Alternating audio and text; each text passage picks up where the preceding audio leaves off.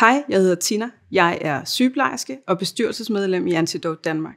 Jeg har undervist i at genopleve folk fra en overdosis og bruge Antidote over 1800 gange, og så har jeg genoplevet over 60 mennesker ved brug af Antidote. Flere mennesker dør af stoffer, end der dør i trafikken i Danmark.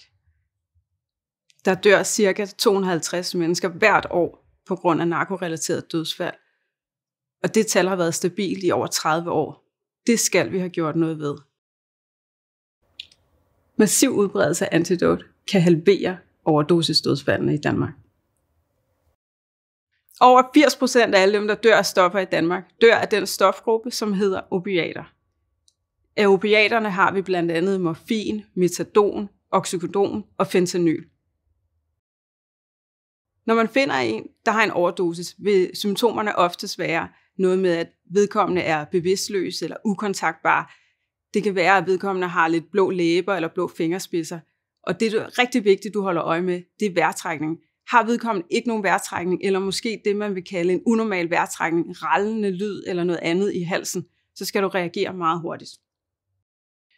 For at redde en fra at dø af en overdosis, har vi denne her Antidote.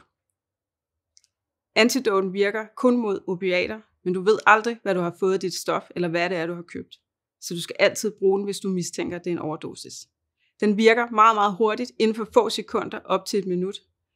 Det, der er udfordringen, er blandt andet, at den virker kortere tid i kroppen, end mange af stofferne gør. Derfor skal du altid ringe 112, og du skal aldrig lade folk være alene, efter de har fået Antidote.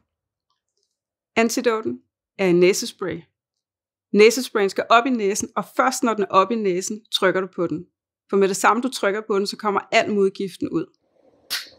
Det virker på den måde, at antidoten går ind og sætter sig på de receptorer op i hjernen, hvor opiaterne sidder. Det forsvinder opiaterne jo ikke af. Det ligger sig ud i blodbanen og venter på, at der er plads igen. Antidoten varer 20 minutter til 1,5 time inde i kroppen. De fleste opiaterne varer mange flere timer. Så når antidoten er ude af kroppen, så vil opiaterne sætte sig ned på receptorerne igen, og derfor kan du risikere at få en ny overdosis flere timer efter du havde en overdosis sidst. Derfor skal du altid ringe 112 og få folk indlagt, når du har givet dem Antidote. Første scenarie kan være, at du kommer gående på gaden og finder en person ukontaktbar med en unormal eller ikke nogen vejrtrækning. Sørg altid for at tilkalde hjælp. Ring 112 med det samme. Sikre de frie luftveje og gå i gang med hjerte-lungeredning, som hedder 30 tryk, 2 indblæsningsforsøg. Det fortsætter du med, indtil ambulancen kommer eller vedkommende vågner. Hvis du i denne her proces mistænker, at det kunne være en overdosis, og det ikke forsinker hjerte-lungeredningen, så giver du Antidoten. Det andet scenarie omhandler, at du er et sted, hvor du ved, der bliver indtaget stoffer. Det kan være, at du er ude i nattelivet, du sidder hjemme hos en kammerat, I tager stoffer sammen. Det kan være, at du er frivillig på reden.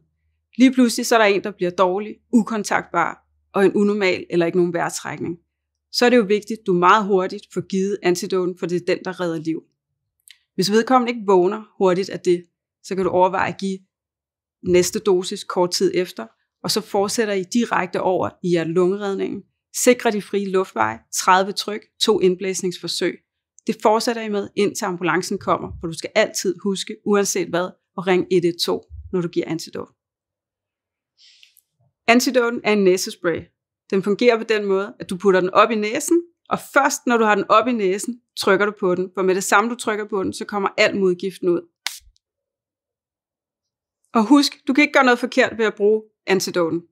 Den gør ikke nogen skade, den er fuldstændig ufarlig. Så kommer du til at bruge den på en person, der ikke har taget opiater, så har du ikke gjort nogen skade. Brug den hver gang du mistænker en overdosis.